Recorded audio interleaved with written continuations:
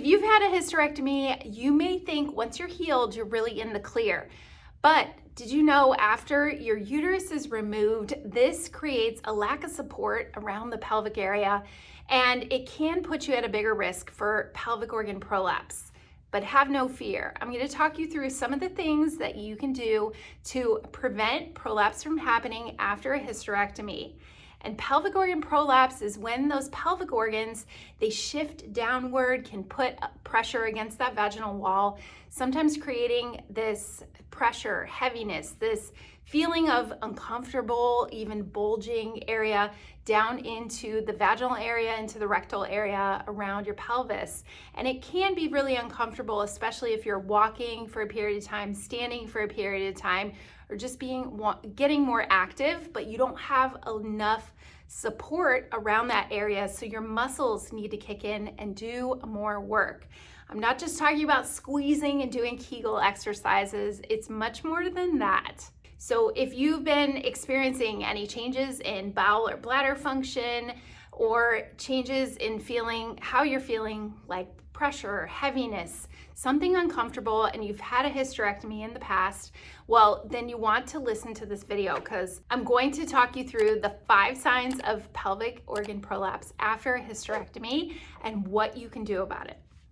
So after a hysterectomy, the lack of uterine support can really put some extra strain on the bladder and on the pelvic area.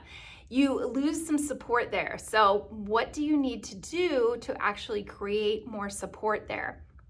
So sign number 1, you do feel more of that pressure or heaviness in the vaginal area. Symptoms may worsen from standing long periods of time, or from walking or doing anything where you're really upright and in a gravity position for a period of time.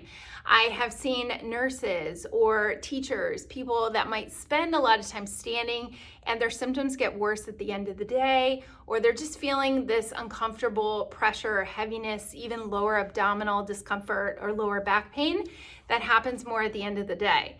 So that could be a sign that you have a slight prolapse. Not to fear, but some exercises are going to be very helpful and beneficial to work in, especially in this recovery stage after a hysterectomy or down the road. It doesn't matter how long it's been since you had surgery. You can always make improvements with those muscles too.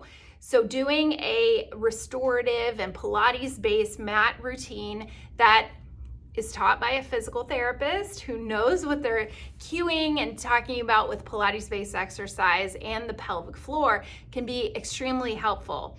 I do have a hysterectomy recovery program and a pelvic floor Pilates program that can take you to that next level so you feel like you have more support around your pelvic organs. I'll link to that below.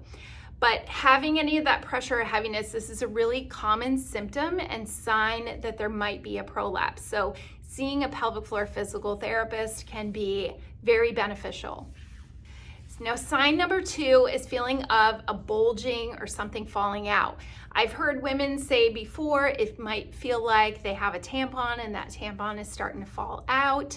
That can be a very common symptom or a common sign of feeling like that vaginal wall is weakening and you're getting more pressure down there. Some women may even see at a later stage prolapse, a stage 2, stage 3, 4, that they actually see a bulging through the vaginal area or through the rectal area when they're looking down there. So don't freak out if that happens. I promise there are non-surgical ways that you can improve those symptoms, and even a device called a pessary, seeing a pelvic floor therapist that is going to guide you in the right direction with what you can do to avoid surgery is going to be very helpful. Now, the exercises that you're doing and learning how to hold those muscles and support, especially if you're lifting anything heavy, You want to make sure that you're exhaling and breathing out as you're lifting anything, or if you're doing exercises such as like squats or lunges, that you're really exhaling and pulling the pelvic muscles in and pulling the lower abdominals in as you're lifting. That is going to be crucial. So learning the right strategies of how to lift properly can prevent your symptoms from getting worse and even improve your prolapse symptoms too. The most common types of prolapse after hysterectomy are bladder prolapse, called a cystocele, a rectal seal, a rectal prolapse, or even a vaginal vault prolapse, where those vaginal walls have also collapsed or you have less support there. Sign number 3 is that you have any changes in your bowel or bladder function. Maybe you're rushing to get to the bathroom, you're having some leaking, or you're feeling extra strain or discomfort. It's more difficult to have a bowel movement. These can all be signs of a possible prolapse, either rectal or a bladder prolapse. And some women may feel like they can't empty their bowels all the way, or they actually have to help themselves have a bowel movement or even sit on the toilet a little bit longer after they go to the bathroom. So these are all signs that you may have a prolapse, but once again, learning the right strategies or even checking in with a pelvic floor therapist is going to teach you what to do, what not to do, and bathroom habits. One of the key things with this is preventing constipation. So if you are looking at trying to get more fiber in your diet, staying hydrated, making sure that you're checking in with your nutrition so you don't get constipated, and doing more natural things, that also will prevent that prolapse from getting worse if you're having any uncomfortable feelings down there. Same with bladder prolapse. Having any leaking, you still want to drink water. You don't want to just hold off on your beverages, but cutting back on things like caffeine or citrus, carbonated beverages, even sparkling water, things like that are going to give you the urgency and be more bladder irritants. So that way you'll feel like you have to go more often. But we actually want to stay hydrated and really fill that bladder. But learning the right strategies with that is going to help your symptoms. Number 4 is pain or discomfort during intimacy. So a lot of women, they're fearful to actually be intimate with their partner or have any kind of penetration in that area, but it's not going to make the prolapse worse. It's not going to damage this. I get asked this all the time. And can I still have intercourse with my husband if I have a prolapse? And yes, you can. It may feel a little bit different. It may be a little more uncomfortable, but it's not going to harm anything. But this may be a sign that those connective tissues and structures down there in your pelvis need strengthening, need more support, and therefore your sexual function is going to be a lot more enjoyable if you're working on the right things and exercises to help it. And number 5, sign your lower back pain is not going away. Maybe you're getting this new aching in your lower back, or you're trying some things for your lower back and it's just not getting better. So having a weakness and lack of support around your pelvic organs and around your pelvic muscles does affect your back, because those muscles are all connected, and it really is that support around your pelvis, which therefore can impact your lower back. Some women will even get some hip pain or tailbone pain or discomfort.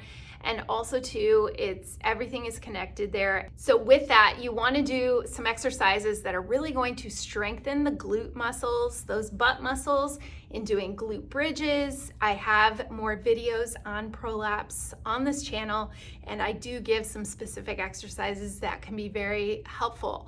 Glute bridges, doing deadlifts, squats, things like that, where you're really going to be working those butt muscles, and glute muscles are your biggest support around also supports your lower back.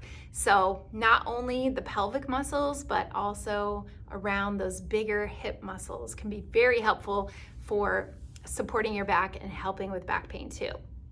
So what to do if you notice these signs? I gave you some tips along the way, but you also want to make sure that you're not having any excessive straining. So you're really learning how to breathe properly when you're lifting, or if you are having a bowel movement, that you are using something called a squatty potty with your legs up in a position where you can open up the pelvis a little bit more, so you're not doing excessive straining and you're not bearing down and pushing down through your pelvic area for too long. Those things are going to make prolapse symptoms worse, and without the uterus there, you will have some weakening and some changes around that pelvic area. So we want to make sure that we're doing things that are going to prevent this and make you feel confident about your body moving forward.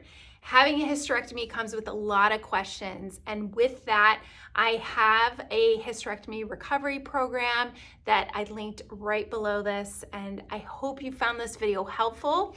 And don't freak out. If you're having any of these signs, you can get help, and can get help of someone like myself, a pelvic floor therapist, that is going to guide you in the right direction and answer your questions. So thanks so much for watching, and I wish you the best with your healing and recovery.